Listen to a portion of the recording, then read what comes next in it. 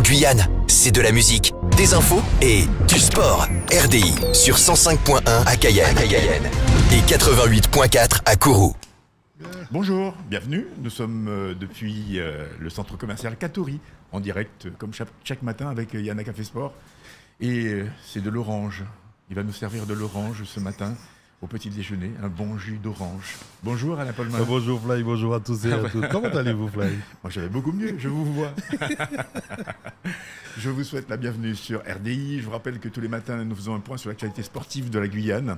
Alain Paulman et bien évidemment toutes ces antennes sur le terrain. Je vais parler de la team à peine touchée.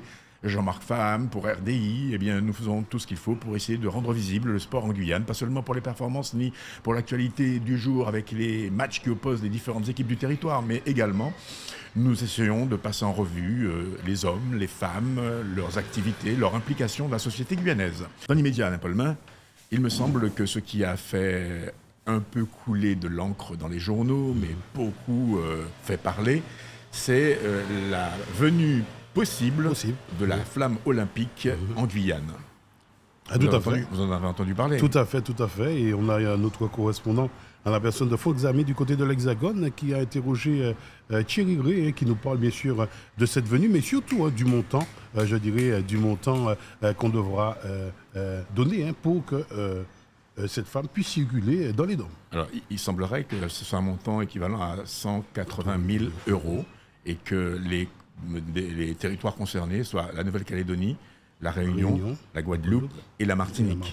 Alors, 180 000 €, est-ce que le jeu en vaut la chandelle? On va d'abord écouter le correspondant Fox Ami, avec à son micro Thierry Ré. On écoute. Bonjour à vous, monsieur Thierry Ré. Dites-moi, vous êtes le conseiller spécial pour les territoires pour les Jeux Olympiques de Paris 2024 et l'information est très importante parce qu'elle vient d'être divulguée en disant que la flamme olympique va passer dans les dom-toms. Ça a toujours été, dès l'obtention des Jeux Olympiques de Paris 2024, une volonté de la part du COJO. Absolument. Nous, il était important qu'on associe les territoires au sens large, et évidemment les dom-toms en particulier. Il n'y a aucune raison de les tenir éloignés de ce grand projet que ce sont les Jeux Olympiques et Paralympiques en France. Et quand on a eu l'opportunité de trouver un moyen de les associer, on l'a fait. On l'a fait avec un site sportif, puisqu'en Polynésie, il y aura le surf, et puis on l'a fait avec le relais de la flamme, qui passera dans 5 territoires d'outre-mer. Ça a été aussi une volonté de la part des responsables du sport dans l'ensemble des outre-mer? Oui, absolument. Et c'est très important, vous savez. On sait ce qu'on doit aux outre-mer, on sait ce qu'on doit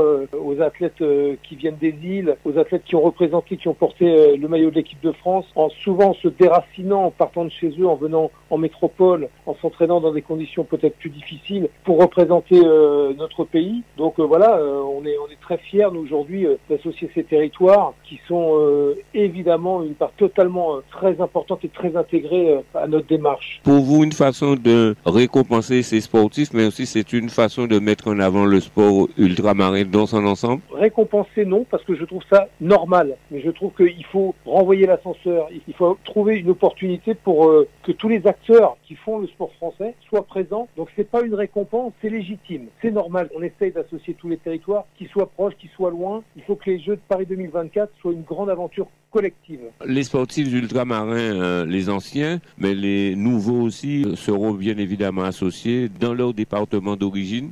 Oui, bien sûr. Ce qu'il faut, c'est trouver les moyens techniques, parce que effectivement, les problématiques de distance font qu'il faut trouver des moyens intelligents pour que tout ça tienne et que on fasse un beau relais de la flamme qui soit performant, que tout le monde puisse y être associé. Mais la volonté, elle est actée, la démarche, elle est présente. Maintenant, on va s'attaquer techniquement à voir comment on réussit ce challenge ensemble, tous ensemble. On ne pourra pas tout faire de Paris, nous. On viendra vous voir, on viendra voir les responsables politiques, les responsables associatifs pour essayer de monter un beau relais de la flamme partout sur ces territoires. Dans l'immédiat, les discussions sont bien engagées, sont positives et avancent à grands pas, car les JO sont dans quelques jours, hein, bien sûr. Les JO, c'est dans moins de 2 ans, c'est dans 660 jours. Oui, on a commencé à rencontrer des responsables politiques de divers territoires. Comme on rencontre les départements en France, comme on rencontre les régions, comme on rencontre les maires. Les territoires d'outre-mer sont totalement intégrés à cette démarche et tout viendra en temps utile avec les gens qui régleront ce parcours de la flamme sur vos territoires. Un parcours qui a quand même un coût, ce sera aux environs de 180 000 € pour chaque département. Absolument. Mais il faut quand même comprendre que nous, on aurait pu organiser ça dans 30 départements métropoles avec des partenaires privés. C'est la première fois qu'on associe des institutionnels et des territoires. Évidemment, ça représente un quart du budget total. Un département met 180 000 €. Paris 2024, évidemment, participe. Les partenaires privés participent. Et il faut savoir que nous, on est une association et évidemment, tout sera dépensé. On n'est pas là pour faire des bénéfices. On est là pour magnifier le parcours, pour magnifier le parcours de la flamme et le relais. Si on voulait étendre et réussir un grand relais participatif, on s'est imposé et on a demandé une contribution aux nouveaux participants. Dans l'immédiat, on peut dire que l'optimisme est dans votre camp pour le passage de la flamme dans les dom-toms. Absolument. On en est ravis. Et c'était très important pour nous d'associer les dom-toms à la réussite de ce que seront les Jeux Olympiques et Paralympiques en France. La France, c'est une pluralité. La France, c'est une pluralité.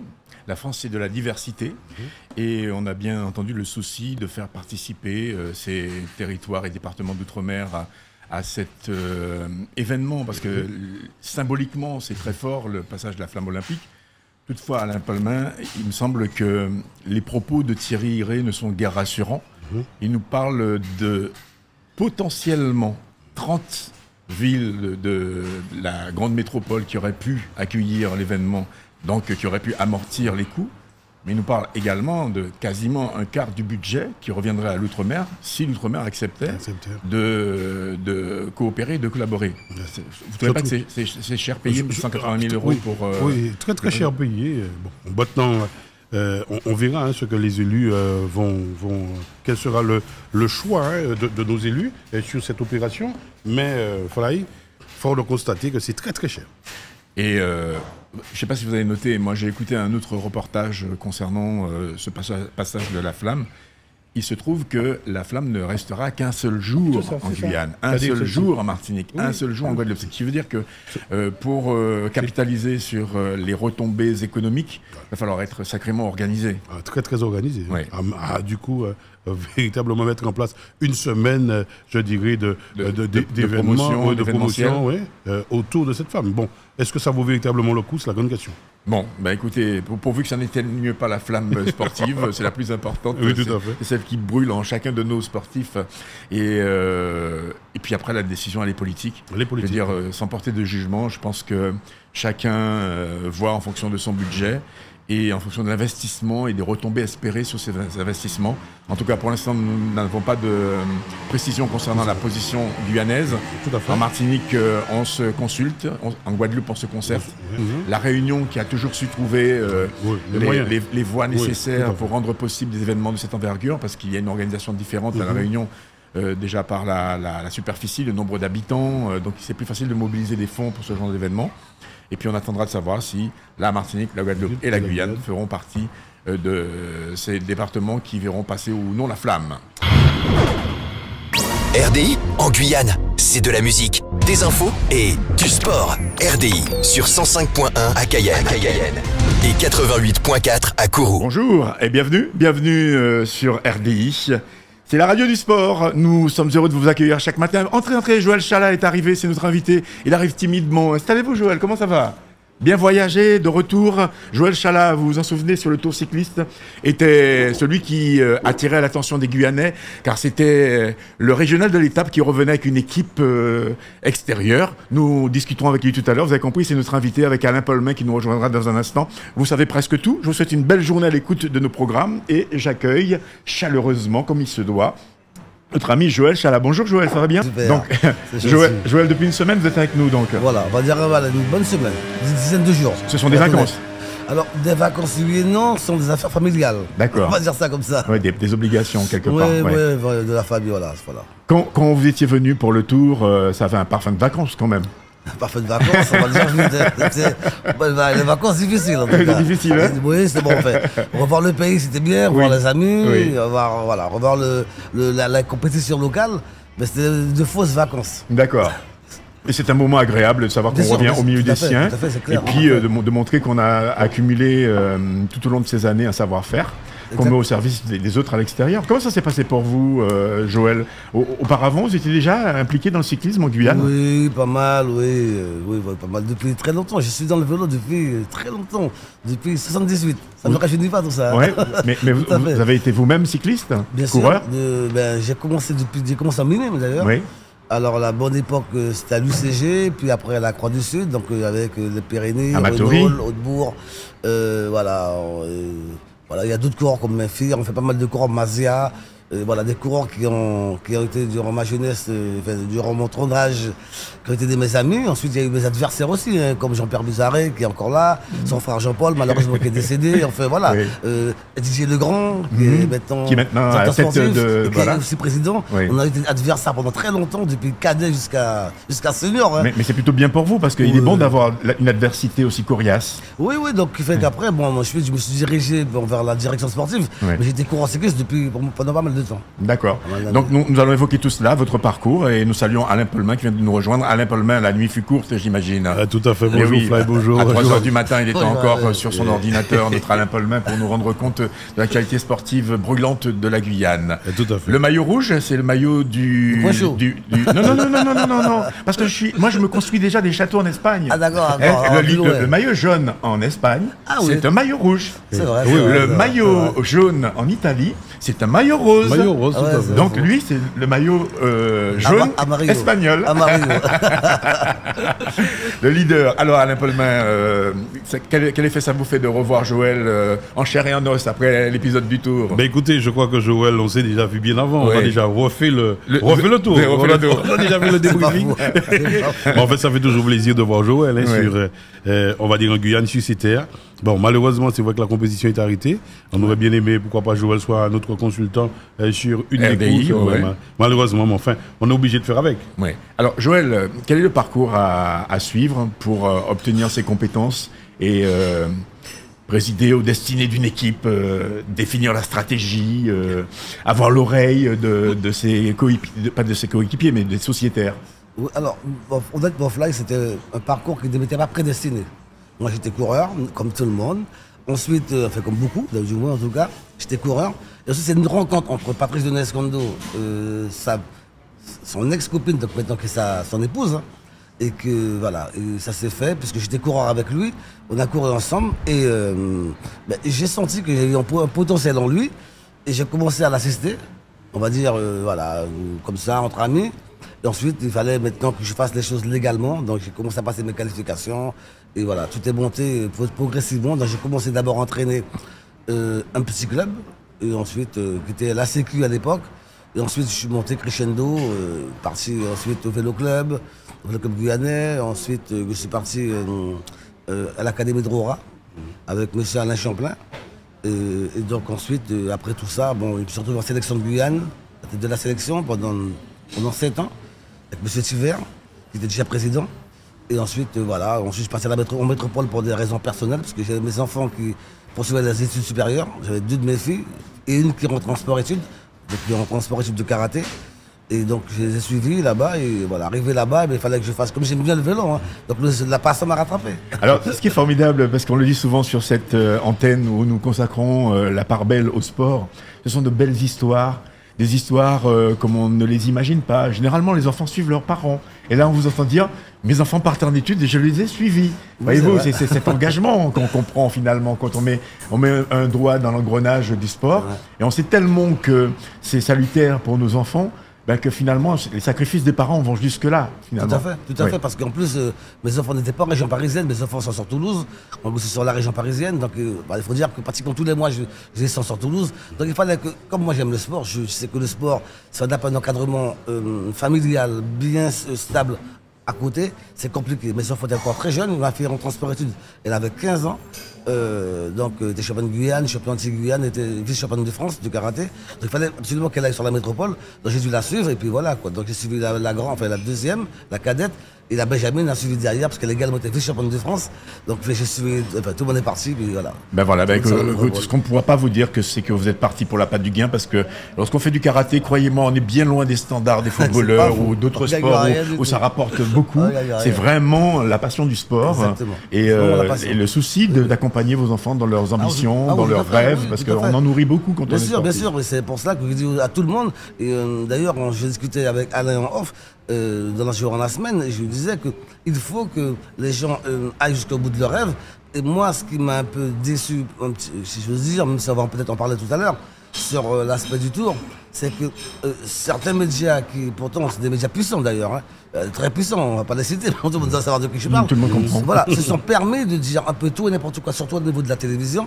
C'est-à-dire que, on va dire entre guillemets, briser certains rêves. Un jeune qui, lui, sait qu'il n'est pas très bon pour le vélo, pas très doué pour le vélo, ça peut arriver, hein, que des gens aiment le vélo, malheureusement, comme on dit par le vélo ne les aime pas. Le vélo ne les aime pas, voilà, il a bien compris. Eh ben, ce jeune-là, il se dit, je sais que c'est possible, dans la direction technique, de me retrouver à la tête d'une équipe, même de métropole, et même même au-delà, parce que moi, j'ai 3 fois rien, ce que je fais, ça peut être beaucoup plus haut. Ben, ça peut aider un jeune, enfin, lui permettre de penser que c'était possible. Oui. Que, voilà, parce qu'on sort de petite Guyane, lointaine en Amérique du Sud, ben, qu'on ne peut pas aspirer à diriger une équipe en métropole, et même une équipe professionnelle, pourquoi pas. Mais il faut faire, il faut c'est pas, on ne faut pas briser le rêve des jeunes. C'est pas briser le rêve. Pas leur faire croire que les gens sont arrivés là parce que les gens c'était facile, ou alors parce que les gens ils ont des esprits un peu tordus. Non. Il faut que les gens aussi tout le monde mette de l'eau dans son vin. Bon, vous savez, moi en règle générale, je n'aime pas cette métaphore parce que le vin, c'est tout un process pour devenir ce qu'il devient et pour que le palais le savoure. Donc mettre de l'eau dans son vin, c'est une expression que j'apprécie difficilement, mais je profite de ce que vous posiez le doigt sur cette manière que nous avons de nous déconsidérer. C'est une façon de nous déconsidérer. Pourquoi ? Si nous prenons l'exemple du centre spatial guyanais, tous ceux qui y sont recrutés, personne ne leur fera un procès en incompétence. Parce qu'on considère que c'est le fleuron de l'industrie. Donc on part du principe que si vous êtes recruté là-bas, c'est que vous avez des qualités. Je prends à dessein cet exemple. Celui qui fait le décompte, n'importe quel enfant de CM2 peut faire 9, 8, 7, 6, 5, 4, 3, 2. À partir du moment où il est nommé pour faire le décompte, on lui tisse des lauriers, on est heureux parce que c'est lui qui va faire le décompte, parce qu'on sait que c'est un moment important. Ça veut dire que nous avons intégré qu'il y a dans la chaîne des personnes qui ont une responsabilité qui leur incombe. Je prends cet exemple-là parce que je veux nous dire, je nous parle à tous, arrêtons de nous déconsidérer, que tout est possible dans la vie si on s'en donne les moyens. Et que par définition, quelle que soit l'activité que nous pouvons embrasser, je le dis souvent, même à mes enfants, j'ai l'occasion de le dire. Tu veux être balayeur ? Je t'accompagne dans ta vocation de balayeur. Maintenant, rends-moi quelque chose que personne ne pourra effacer. Deviens le meilleur balayeur qui soit. C'est clair. Maîtrise ton métier. Explique-moi pourquoi tu balayes comme ça. Transmets à d'autres la passion de balayer. Et c'est ça qui est important, parce qu'on a besoin de tout le monde, à tous les niveaux, pour faire société. Et je vous remercie de me donner l'opportunité de faire ce petit point, parce que de temps en temps, c'est aussi la mission de la radio que de dire être fier de soi, c'est pas juste dire j'ai une carte de Guyane ici. Exactement. Et je suis fier de cette carte de Guyane. Clair, voilà. C'est penser les choses différemment. Merci Joël Chala. J'ai beaucoup parlé, mon ami Alain. Franchement, je te laisse cuisiner notre ami Joël. C'est ce que tu avais prévu. Hein. Tu m'as dit juste avant le journal, on va le cuisiner. C'est ce qu'on fait. Hein. À petit feu. Joël Chala, merci d'être là. Hein. Alors, franchement, l'accueil est nickel, impeccable, franchement royal. Royal ? Je ne peux pas trouver mieux. Le cadre est beau, l'accueil est beau. Et le café est servi. Et il va refroidir. Même faites la courte échelle, on me passe un café. Allez, un café pour notre ami Fly. Et si vous voulez en prendre un. Oui, en attendant bien évidemment de revenir sur l'actualité de Joël Chala. Donc on l'a dit, hein, Joël Chala a laissé la Guyane, Joël Chala qui est passé par le VCG, Joël Chala qui était aussi aux commandes de l'académie. Alors de Rouen dans un premier temps, l'académie de Guyane. Voilà. Ça. Et puis, on va dire patatras, ça a pété. Est-ce qu'on peut dire que oui, c'est ça? Ça a pété? Oui, il faut dire, on va appeler un chat un chat. Oui, il faut appeler un chat. Ça a pété parce que, malheureusement, parfois, il y a des gens qu'on pense compétents, qu'on pense avoir confiance, en tout cas. Compétents, je ne sais rien. Mais qu'on pense pouvoir faire confiance. Et que ces gens, parfois, ils ont l'esprit mal intentionné, malheureusement. au détriment du sportif. Moi, je suis dans le milieu du sport, comme j'expliquais à Fly il y a quelques instants, depuis plus de 42 ans. Ça ne date pas d'aujourd'hui. Ça ne me rajeunit certainement pas, mais c'est le cas. 42 ans, je suis dans le milieu du vélo, dans le cyclisme. Hein. J'ai commencé par le foot, comme tout le monde, hein, à 10-11 ans, dans le foot. J'ai même fait du basket, malgré ma petite taille. C'est un sport guyanais. Mais ça remonte tout ça. Mais enfin bref, pour vous dire que ensuite, lorsqu'on arrive, on aime ce qu'on fait. Moi, j'ai toujours été dans le sport et je n'ai jamais traîné de casserole, on va dire. Okay, en tout cas, avéré, parce que les gens, on peut tous dire un petit dossier. On tire un dossier sur n'importe qui. Voilà. Mais je parle avéré, factuel, dire voilà, il a fait ça, en tout cas financièrement ou autre, jamais. C'est jamais arrivé en 42 ans. Donc je ne voulais surtout pas que ça m'arrive à l'Académie de Roura. Mais pas du tout. Malheureusement, ça commence à tourner un peu dans ce sens-là. C'est-à-dire que moi, je suis là pour aider la jeunesse, pas pour m'aider moi, pas pour ma personne, on n'en a rien à faire. Moi, je suis là pour aider les jeunes. Quand j'ai commencé, Fly m'a posé la question tout à l'heure, encore, on revient sur ça, quand j'ai commencé mon parcours, etc. Quand j'ai commencé ce parcours, j'ai arrêté de faire du vélo parce que j'ai vu Patrice Donnet-Escondo à cette époque, c'était en 91, que j'ai trouvé quelqu'un qui avait un potentiel énorme. Caché, mais un bon potentiel. J'ai arrêté de faire du vélo pour l'aider.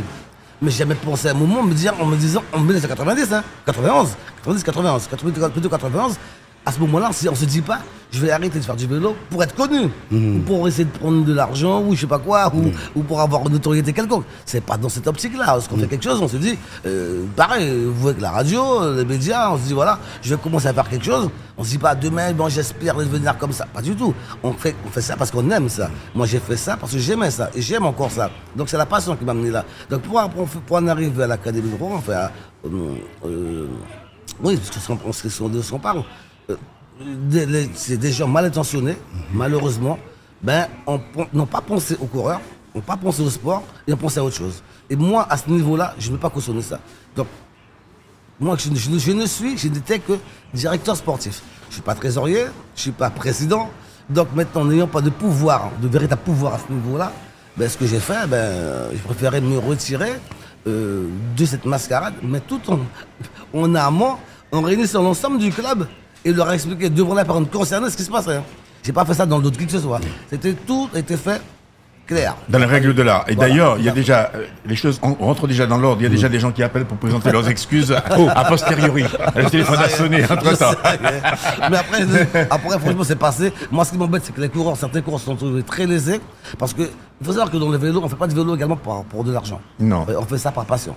Tous les coureurs, mais les coureurs dépensent beaucoup d'argent, malheureusement. Oui, parce que déjà, le matériel, l'entretien, voilà, tout ça, c'est très coûteux. C'est pas comme en métropole où les grosses structures, comme la mienne, ces structures-là, tout est offert, gratuit, même des vélos. Parce qu'il y a des sponsors, il y a d'autres moyens de financer. Exactement, c'est pas la même structure du tout. On n'est pas dans les dom-dom, malheureusement. Il nous faudrait peut-être ça pour arriver peut-être à ce niveau. Le souci, c'est que il y a quand même des compétitions. Dans des compétitions, il y a des prix. Du 1er au 10e, il y a des prix numéraires. Le coureur, il ne court pas pour ça. Mais lorsqu'il l'a, il est content. On fait de la radio. C'est une motivation, voilà. Ne serait-ce que pour plus. Je n'ai pas venu riche avec la radio, mais si je suis rémunéré, j'ai un défraiement, je prends. Hein. J'ai un bon descente, j'ai ci, j'ai là, je vais prendre. Et maintenant, lorsqu'on m'a dit que j'aurais telle ou telle chose, on va me le donner. Oui. Le problème, c'est que certains coureurs ont eu des gains, mais ces gains-là, tout ça, avec l'affaire de l'Académie de Rouen, ils ont disparu. Et c'est quand même malheureux parce que le coureur, il a transpiré, il a fait des efforts, et voir que ces gains ne sont pas là, enfin, on était, je sais pas, dilapidés, on était disparus, s'envolés. Je trouve que c'est quand même malheureux. Alain Paulmin, je vous passe la main. Tout à fait. Merci pour cette main que je récupère. Alors, Joël Chala, on va revenir sur le Tour de Guyane. Hein, le Tour de Guyane où vous étiez bien sûr aux commandes de cette formation de l'OCVO. Donc, on rappelle que vous êtes depuis parti du côté de l'Hexagone et vous avez pris les commandes de cette formation. On notera aussi que la formation de l'OCVO a quand même des coureurs en Guyane qui portent ses couleurs. Donc on a eu Hautebo, Papy Hautebo qu'on salue bien bas aussi, qui a fait de belles performances au championnat de France. Mais nous avons d'autres coureurs, de jeunes coureurs qui portent les couleurs de l'OCVO. Alors pourquoi on va dire solliciter les coureurs guyanais pour, on va dire, faire partie de votre écurie? Mais c'est ce qu'on parlait tout à l'heure. Hein. Enfin, on avait commencé à en discuter. Moi, je pense que j'aime le sport, j'aime le vélo, j'aime mon pays, donc en général. Et donc, ensuite, je me dis, pourquoi il faudrait surtout, en tout cas, aider la jeunesse guyanaise à atteindre l'excellence, si on peut, avec mes modestes moyens. Maintenant, étant sur la métropole, j'ai pas aidé que la Guyane, parce qu'il faut savoir que dans mon équipe, il y a également deux Guadeloupéens. Donc Larry Lutin et un autre, donc vous connaissez beaucoup moins. Mais Larry Lutin qu'on connaît très bien, parce qu'il a fait deuxième tour de Guyane en 2019. Donc, il faut savoir que voilà, le club, j'essaie d'accueillir, j'essaie d'aider au mieux. Alors, amener ma petite pierre à l'édifice, et c'est ce qu'on parlait encore tout à l'heure. Quand je disais que certains médias, je ne vais pas les harceler, hein, certains médias ne faisaient pas correctement les choses. La pilule n'est pas passée. Hein. Franchement, non. Franchement, non. Honnêtement, non. Parce que je pense qu'on peut dire tout, mais pas n'importe quoi. Oui. Voilà. Et parce que lorsqu'on a un micro ouvert, on se permet de dire tout et n'importe quoi. Et les gens, les auditeurs ou les téléspectateurs, ils captent, ils sont souvent candides, hein, ils ne sont pas très au courant. Les gens sur le Tour de Guyane, la plupart des supporters, hein, c'est pas, on va pas prendre le cas d'Alain. Alain, lui, par exemple, il décrypte. Je sais que lui, lorsqu'il vient en compétition, mais on en a parlé plusieurs fois, il n'a pas de feuille. Il regarde la course, il commente la course sans papier. Ouais. Il connaît les coureurs mieux que moi-même. Mais bien sûr, il connaît tous les coureurs. Malheureusement, c'est pas le cas de tout le monde. Il y a certains qui viennent en compétition. Lorsqu'ils viennent. Lorsqu'on les aperçoit de temps en temps, une fois tous les 10 ans, on les aperçoit, ils ne connaissent personne.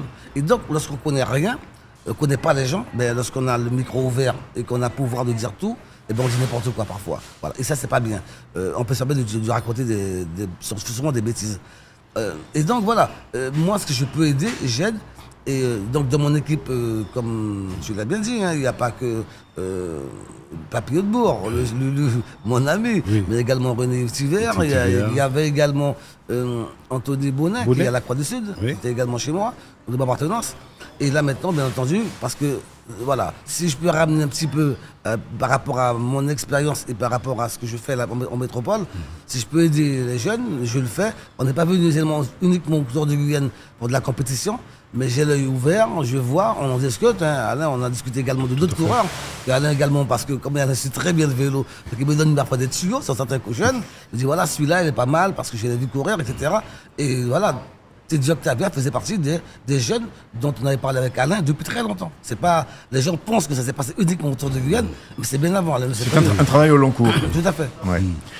Et aujourd'hui, quel contact vous entretenez avec le comité organisateur parce que c'est finalement une chance de pouvoir participer quand on est originaire de la Guyane, de se retrouver à la tête d'une équipe du Val d'Oise et de pouvoir être invité à cette compétition. Bien sûr, c'était une chance pour moi, une chance également pour mes coureurs qui ont découvert la Guyane, qui ont découvert l'outre-mer tout court, qui ne connaissaient pas.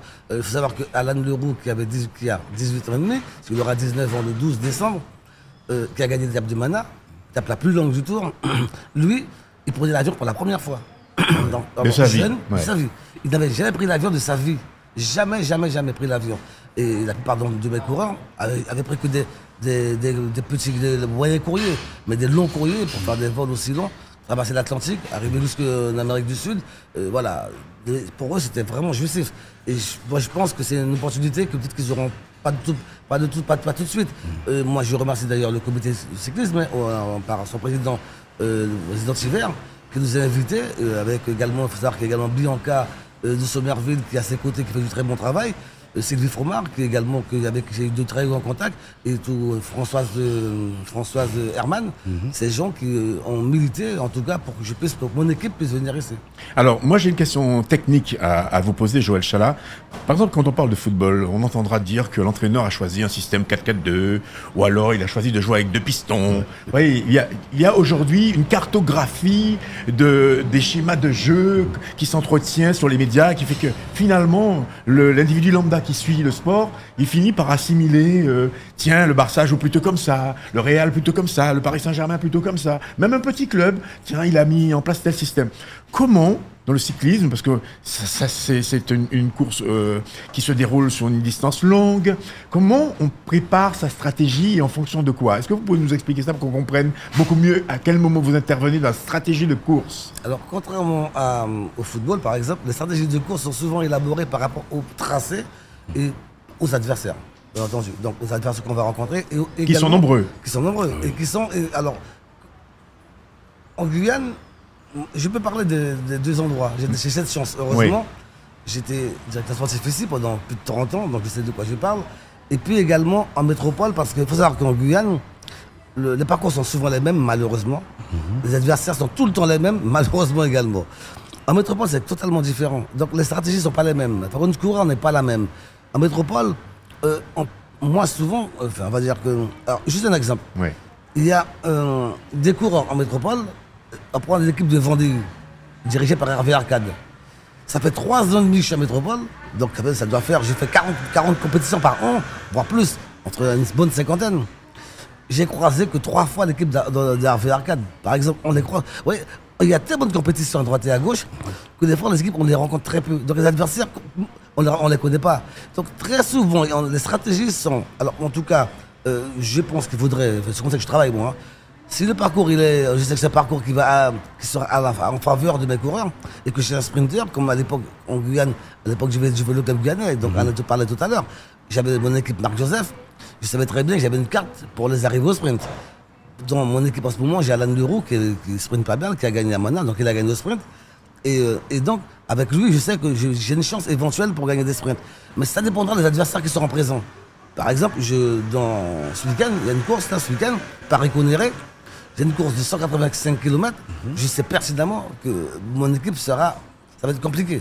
Parce que les adversaires sont très très très haut niveau. Quasiment des équipes toutes de DN1. Donc là voilà. C'est-à-dire que dans certaines courses, on va partir pour la gagne, d'autres on va partir faire une bonne performance. Et si un parcours qui grimpe bien, on mettra des grimpeurs et on jouera une stratégie pour essayer de placer un coureur devant. Autour de Guyane par exemple, je savais très bien que la première étape était piégeuse. J'ai couru, on va dire, en adéquation avec ce qui m'aurait attendu sur le terrain guyanais. D'accord. Ça va pas manquer. Alors, en résumé, vous tenez compte de la topographie de l'étape, vous tenez compte des équipes et de leur positionnement quand la course a déjà commencé à livrer un verdict où on sent un peu ceux qui sont menaçants, ceux qui sont au classement, et vous tenez compte de tous ces paramètres pour ajuster la tactique qui sera celle du jour. Parce qu'effectivement, elle va évoluer en fonction de l'évolution de la course. Et puis parfois, on peut se tromper en cours de la course. On peut ajuster en passant le mot à ses coureurs. Tout à fait. Par exemple, au Tour de Guyane, vous étiez avec Steve Stanislas. Oui. Steve, c'était mon coureur également. C'était mon coureur à la Croix du Sud. Mais c'est le coureur qui avait une grande intelligence de course, par exemple. Oui. Il y a des coureurs qui d'eux-mêmes, change la stratégie que le coach il a mis en place et voilà, il l'améliore un petit peu, l'ajuste un petit chouïa parce que bon voilà, les choses évoluent durant la compétition. Il est au charbon, c'est normal. Et puis il y a des coureurs également sur qui au départ on avait une certaine appréhension, en adversaire j'entends, sur qui on avait une appréhension et ce jour-là n'est pas bien.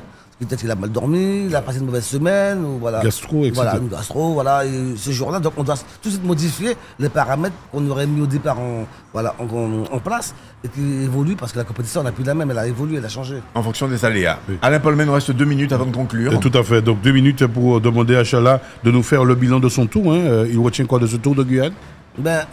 Fly l'a dit, j'ai pas gagné, donc j'ai pas perdu, mais j'ai appris. J'exagère en disant que j'ai appris, j'ai pas appris grand chose. Je suis tombé sur un adversaire coriace, Lars Laurel, qui était très fort, avec une très bonne équipe de Hollande.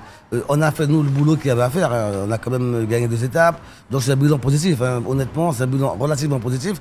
Maintenant, on n'a pas gagné, donc c'est toujours un peu une petite déception, parce qu'on est venu pour ça. Mais il n'y a pas que nous qui sommes venus pour ça, il y a toutes les équipes qui étaient venues pour gagner. Donc nous, on termine 2e, c'est quand même mieux que rien. Mais bon, on aurait espéré mieux. 2 victoires d'étape, on termine 1er par équipe. C'est bien, mais bon, honnêtement, on espérait mieux. Si on est invité l'année prochaine, on fera mieux. On va essayer de faire mieux en tout cas. Joël voulait du maillot jaune. Ben oui, mais il a eu le maillot jaune par équipe. Oui, mais il aurait pu l'avoir. Oui, il aurait pu l'avoir. Voilà, mais voilà, c'est comme ça. C'est la vérité du Tour. Et c'est le vélo. C'est vrai, parce que le Tour n'était malheureusement pas il n'y avait pas beaucoup de... Il n'y avait pas d'endroit spécifique pour faire des écarts. Des cassures. Donc les écarts se sont joués, le Tour s'est joué dans les 2 chronos. 2 chronos, oui. Voilà. Merci Joël. Combien de temps il vous reste encore à passer ici en Guyane? 3 jours. Alors profitez-en bien. Profitez de chaque seconde, chaque minute et respirez bien l'air de la Guyane. Et puis revenez-nous frais, dispo. Oui, l'année prochaine. RDI en Guyane, c'est de la musique, des infos et du sport. RDI sur 105.1 à Cayenne et 88.4 à Kourou. Heureux de vous accueillir, Rosemane Robineau. Nous vous accueillons à la faveur d'un nouvel événement artistique que vous concoctez depuis quelque temps et que vous allez nous proposer aujourd'hui en levant le voile sur une nouvelle exposition qui s'intitule Au bord de la rivière ou en version, on va dire, locale, Rodbolakrik. Non, Rodbolakrik, exactement. Qui n'est pas la traduction de au bord de la rivière. Oui. Mais j'aime bien provoquer un peu et laisser le mystère. Donc c'est pour cette raison que j'ai donné cette traduction qui n'est pas franchement la bonne. Bien, alors nous allons revenir bien évidemment sur cette exposition qui nous intéresse à plus d'un titre. Mais puisque vous êtes sur un plateau où on parle beaucoup de sport, l'émission s'appelle Yana Café Sport, je ne peux pas la commencer, cette émission, sans rappeler que vous avez eu une histoire d'amour avec le sport, puisque vous étiez au cœur de la transmission. Tout à fait, ma formation initiale, c'est professeur d'éducation physique et je me suis consacrée à cette profession pendant 39 années. Et j'aimais beaucoup la pédagogie, j'aime transmettre, j'aimais beaucoup les enfants de 6e, 5e, 4e. Et bon, à un certain moment, je me suis arrêtée parce que les relations entre les individus ne sont pas simples. Et dans l'administration, c'est particulièrement compliqué. Et donc, j'ai préféré, pour ma santé mentale, arrêter. Voilà, prendre ma retraite très tôt, à 50 ans. D'autant plus que je pratiquais déjà l'art. Parallèlement, je faisais les deux fonctions. Alors, il faut préciser que vous avez eu d'autres satisfactions dans votre vie. C'est d'avoir eu l'occasion d'accompagner une championne. Oui. Et pas n'importe qui, cette championne. Et puis, je vous laisse nous dévoiler. Je suis mère de 3 enfants qui me donnent satisfaction, que j'ai mené un peu avec...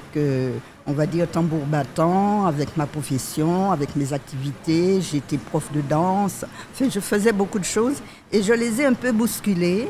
Et malgré tout, ils ont pu affirmer leur personnalité. Et Cléophée, effectivement, a été sportive de haut niveau durant plusieurs années. Elle a été vice-championne de la jeunesse olympique. Elle a été championne de France, elle a donné satisfaction. Elle n'a pas pu poursuivre parce que les problèmes de santé, des problèmes d'articulation l'ont obligée à arrêter. Mais elle a fait son chemin. Et elle continue de servir au service du sport, puisqu'elle préside la direction des sports à la ville de Cayenne.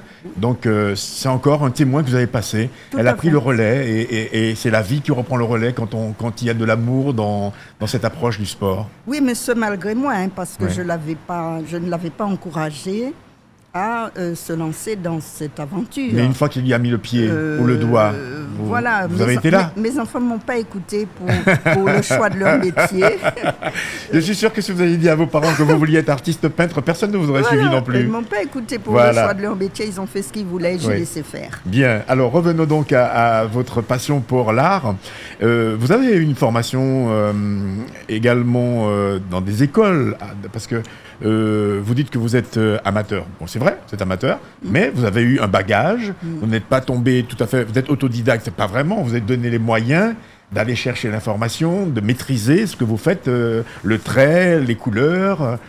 Vous avez suivi ce cursus en métropole? Quand je dis je suis autodidacte, cela veut dire que je n'ai pas eu un cursus beaux-arts. Oui. Traditionnel. Je n'ai pas fait, après le bac, faire une école nationale d'art. Ça n'est pas mon cas. Mais j'ai fait des formations en dessin, en gravure, pas en peinture, parce que la peinture, je l'ai de façon naturelle. Je suis une coloriste. C'est cette chance que m'a donnée la vie. Mais je suis une personne curieuse, donc... j'ai eu de multiples formations, pas que en éducation physique, où j'ai eu une formation très complète au CREPS de Poitiers et de Lille, où on faisait énormément de choses et c'est une formation que j'ai adorée et s'il fallait recommencer si j'étais jeune. Vous referiez la même chose? Oui, parce que c'était extraordinaire de richesse et de créativité. Mais j'ai fait beaucoup de formations dans le domaine de la danse, dans le domaine de la pédagogie, dans le domaine du conte. On ne me connaît pas conteuse parce que je ne me suis jamais produite ici. Mais j'ai fait énormément de formations. Je suis curieuse. Voilà. Alors, votre curiosité va nous emmener vers d'autres layons que vous avez explorés. Là, vous nous proposez une exposition. D'ailleurs, on va voir l'affiche de votre exposition au bord de la rivière au Road-Bola Creek. Ousmane Robineau nous propose je veux dire un élastique qui va s'étendre d'un temps donné jusqu'à nos jours. Alors, un grand panier. Un grand panier, un pas gras. Je disais souvent à mes élèves, quand j'étais prof, regardez dans votre panier ce qu'il y a. On ne vient pas complètement dépourvu. La vie nous donne au départ des choses, mais il nous faut les regarder, il nous faut les découvrir, il nous faut les aimer. Alors, ces choses que vous avez aimées, vous avez pu découvrir, par exemple, au fil de l'eau, du côté du fleuve. Vous avez eu l'occasion de séjourner, d'observer attentivement la vie qui s'y déroule, le rôle des femmes, leur implication. Est-ce qu'on retrouve tout cela dans les traits que vous nous proposez? Parce que vous ne faites pas la peinture figurative. Non.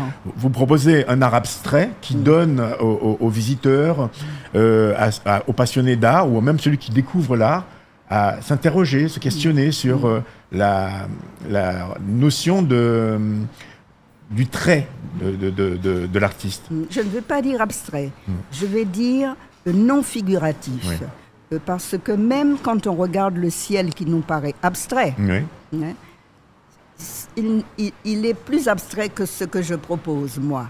Et pourtant, il n'est pas totalement abstrait. Mais l'abstraction permet une liberté. C'est pour cette raison que je pense que vous utilisez le terme d'abstrait, parce que effectivement, dans l'abstraction, comme il n'y a pas de représentation, on laisse libre cours à la pensée aussi, et à la créativité de chacun. Alors, je propose effectivement une série d'œuvres non figuratives, mais il y a en même temps une installation qui est figurative et qui aussi qui interpelle, mais tout cela toujours autour de l'eau. Je me souviens, quand j'étais petite fille, la rivière était très importante. J'allais chez ma grand-mère, elle m'envoyait chercher de l'eau avec une petite calebasse, comme ça, pour jouer. Donc j'allais à la rivière, je remplissais ma petite calebasse et je cheminais au bord de la rivière, justement.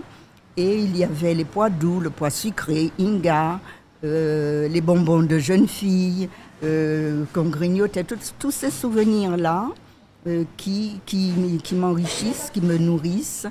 Et j'allais dire que c'est à cette poésie-là que j'invite les regardeurs aujourd'hui à se réapproprier notre espace. Tout mon travail porte autour du corps, le corps de l'individu, qui est sa maison dans laquelle il grandit.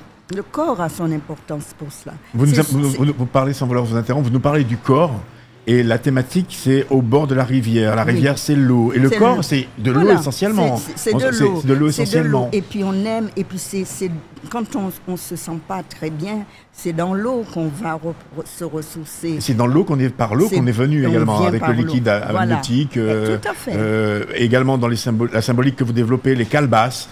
Ça peut être la pleine lune également. Toute cette symbolique qui renvoie à l'eau. L'eau et les rêves. L'eau et les rêves. D'accord. Alors, vous évoquez également la condition des femmes, puisque vous m'avez parlé hors antenne de cette rencontre que vous avez pu faire sur le fleuve. Qu'est-ce que vous en gardez? En 1985, oui, j'étais allée à Maripasoula, Papaïcheton, pour rencontrer les femmes et leur demander de m'initier. Quand je dis m'initier, ce n'est pas forcément apprendre à faire ce qu'elles faisaient, mais m'initier à l'art de la gravure sur calebasse et à la symbolique. C'est tout le langage qui tourne autour de cela qui m'importait. Donc j'ai séjourné quelque temps avec les femmes. J'ai gardé des souvenirs comme ça qui se sont enfouis en moi, qui reviennent de temps en temps. Et j'aime bien détourner les choses. J'aime bien aussi dématérialiser. Donc je ne fais pas de l'art tembé. Mais pour cette série que j'intitule « Quand les femmes chantaient », je me suis inspirée du travail des femmes bonies sur les calebasses. Alors, vous nous invitez à une réflexion également sur la grâce, sur la fécondité, sur la maternité aussi, sur la... Tout ce que fait la femme. Tout ce que fait la femme. Alors, j'ai une question. Le féminin, je Oui, dirais. le féminin. Moi, j'ai une question, peut-être qu'elle va être troublante, mais aujourd'hui, nous, les hommes dans la société, depuis, par exemple, les mouvements MeToo, ces mouvements qui bousculent un peu la société, qui remettent un peu d'ordre dans les désordres que le temps a normalisé, on va dire ça comme ça. Aujourd'hui, il est compliqué de s'adresser aux femmes avec les repères que nous avions jadis. Par exemple, il m'est arrivé de m'adresser à quelqu'un qui me dit « je suis non-genré » ou alors « je suis non-binaire ». Vous voyez, comment l'artiste que vous êtes perçoit ces mouvements de société ?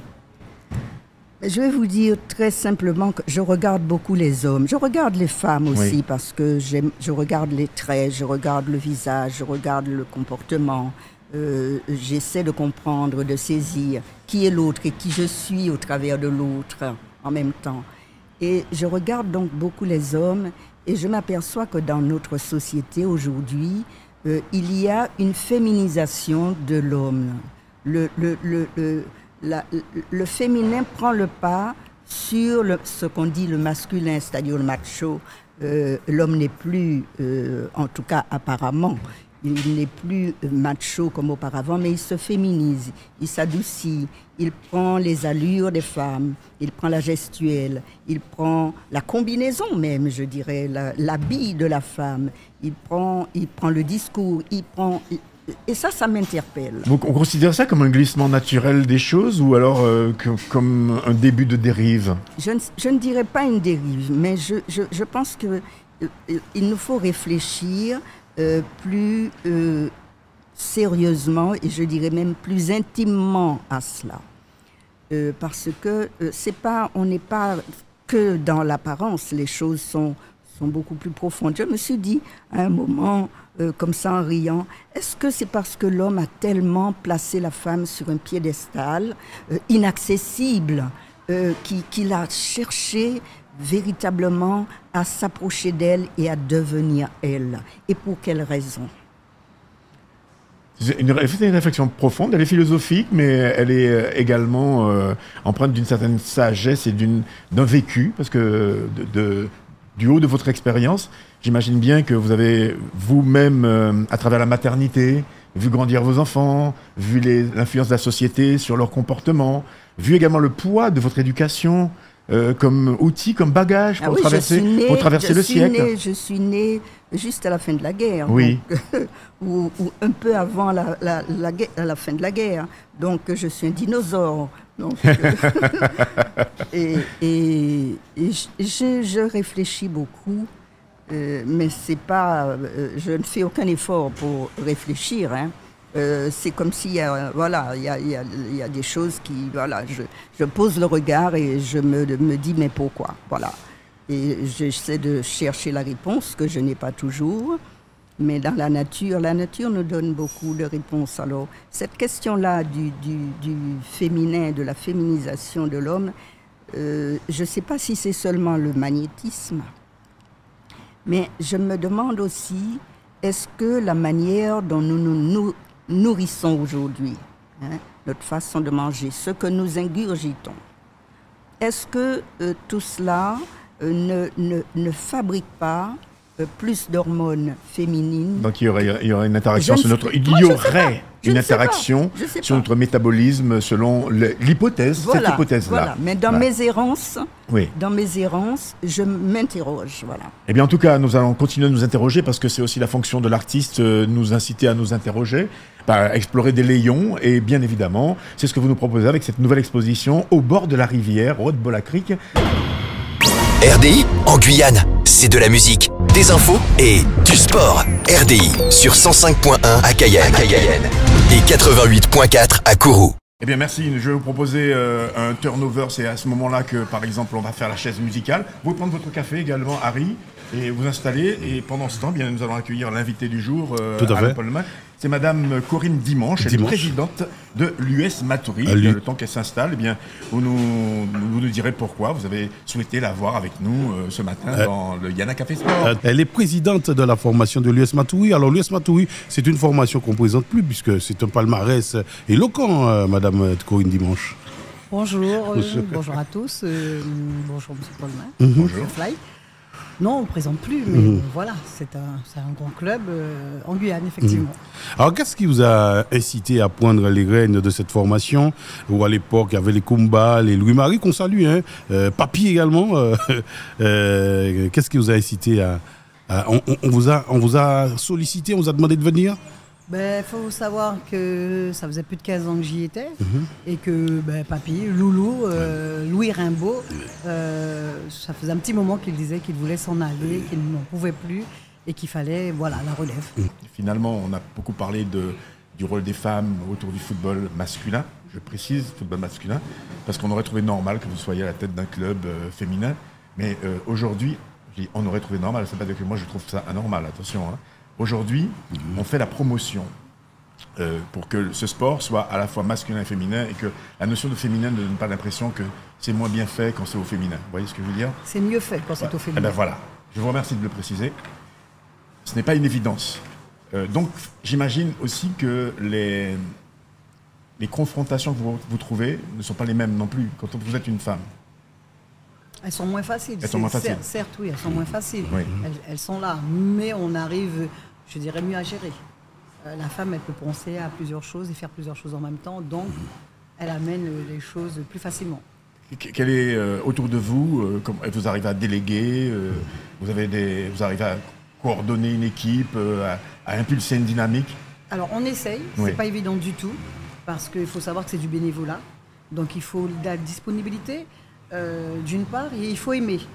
Alors déléguer, oui, moi je travaille collégialement, voilà, les gens sont disponibles, je délègue, chacun à sa place et tout le monde essaie de faire ce qu'il y a à faire. Parce qu'il y a du boulot, il y a de la place pour tout le monde.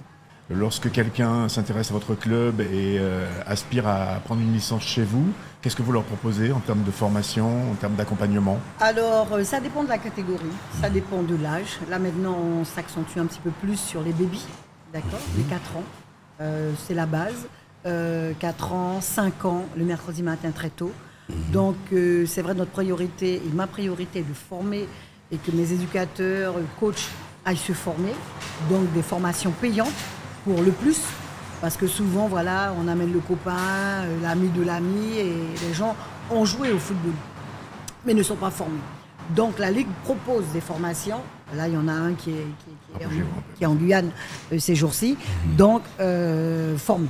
Moi, c'est former, ça, c'est la base. Et votre effectif tourne autour de combien de licenciés? Là, ça va très fort. On monte en crescendo, puisque avec le Covid, ça avait descendu. Puis tout le monde avait dit oui, l'US Matoury a perdu des joueurs. Ouais, effectivement, on en a perdu, mais on a beaucoup de nouveaux. Donc, on tourne là déjà presque à 200 licenciés. Confondu hommes et femmes? Hommes et femmes. Et la section femmes se comporte comment? Non, moi je n'ai pas de section féminine. Par contre, j'ai des jeunes jusqu'à 15 ans.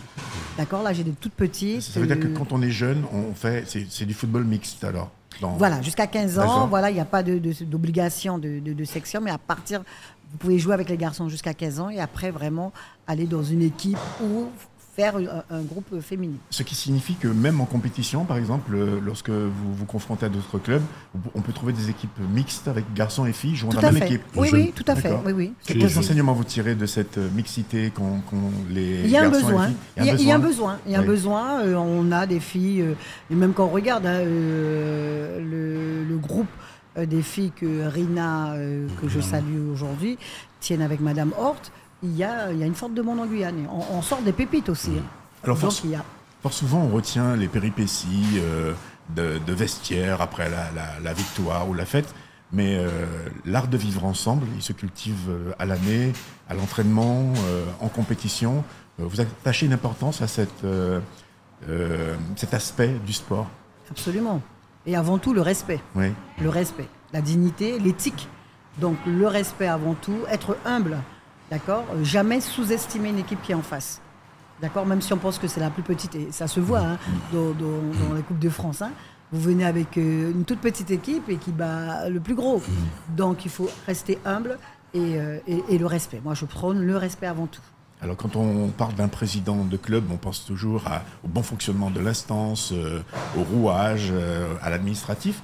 Mais parfois, il arrive que le président prenne la parole. Dans quelle situation vous est-il arrivé de prendre la parole dans le vestiaire pour motiver les troupes ou alors pour faire passer un message?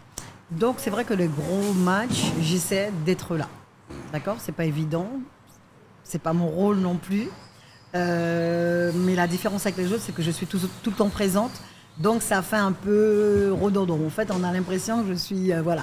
Donc c'est pas le rôle d'un président. Mais effectivement, quand il faut taper le poing sur la table et on voit qu'un match, on l'a et qui va nous échapper, effectivement, à la mi-temps, descendre au vestiaire et puis donner un bon coup, les gars, allez, réveillez-vous, c'est vous, la balle est dans votre camp.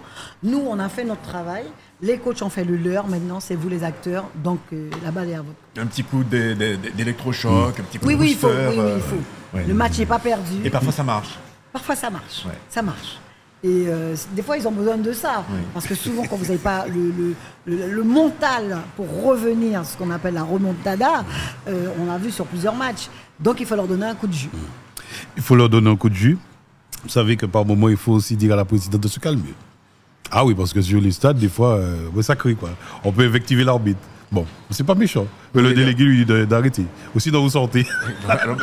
C'est un délégué qui nous parle et on sait que le sport génère des passions exacerbées et que fort souvent on voit, même à l'échelon international, certains perdre leur sang-froid. On a vu Jean-Michel Aulas moult fois, parce qu'il y a un sentiment bien sûr, de justice. Dans l'immédiateté. Après, c'est un travail, on ne se refait pas. Quand on occupe une fonction, on la fait pleinement, avec son caractère. Voilà. Donc, nous nous attacherons à souligner surtout l'accent qu'elle met à faire en sorte que ces jeunes qui se rencontrent, qui se croisent, qui vivent ensemble, parce que ce sont des moments de la vie de tous les jours qu'on passe au club. Le temps qu'on ne passe pas dans sa famille ou à faire d'autres activités ou à errer, eh bien c'est au sein du club qu'on inculque ces valeurs, qu'on les partage et qu'il y a un vivre ensemble qui est entretenu.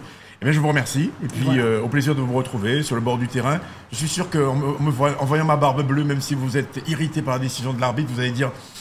Finalement, je risque, au détour d'une émission, d'entendre une remarque de ce monsieur Paulmin. Donc, vous allez respirer un grand coup. Respirez un grand coup. Et attendez que ça passe, ça marche toujours. Madame Corinne Dimanche, heureux de vous avoir reçu dans cette émission. Bonne continuation. Et merci pour votre implication dans le sport guyanais, dans la vie associative de manière générale. RDI en Guyane, c'est de la musique, des infos et du sport. RDI sur 105.1 à Cayenne et 88.4 à Kourou.